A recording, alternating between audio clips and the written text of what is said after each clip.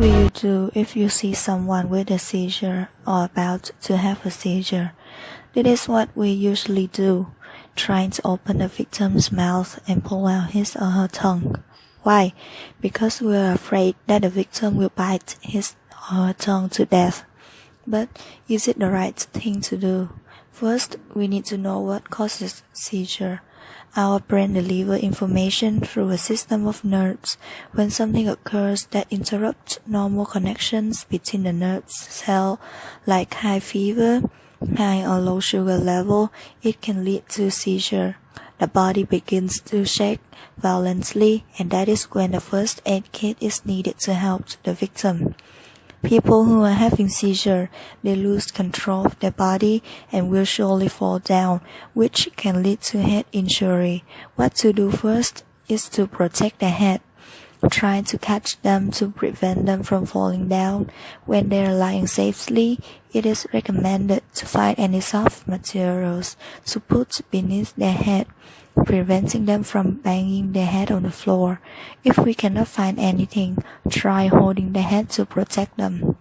The next important things to remember, we should not open their mouths or pull out their tongue. While having seizure, the muscles contract, which includes the tongue. It is impossible for a person to swallow their tongue. While a person loses a lot of muscle control during a seizure, there is tissues in your mouth beneath your tongue that holds it in place, so trying to pull out their tongue is meaningless. In some situations, it may cause harm to the victim. Why? Chattering their teeth hard is one of the most common symptoms. Have you ever wondered what will happen if the minute we pull out their tongue, they bite their teeth together?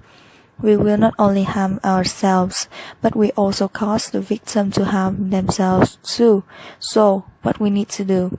Trying to protect the victim's head from injury. Pulling out the tongue is forbidden for prevention of further injuries. We also need to time the seizure to make sure how long the seizure lasts.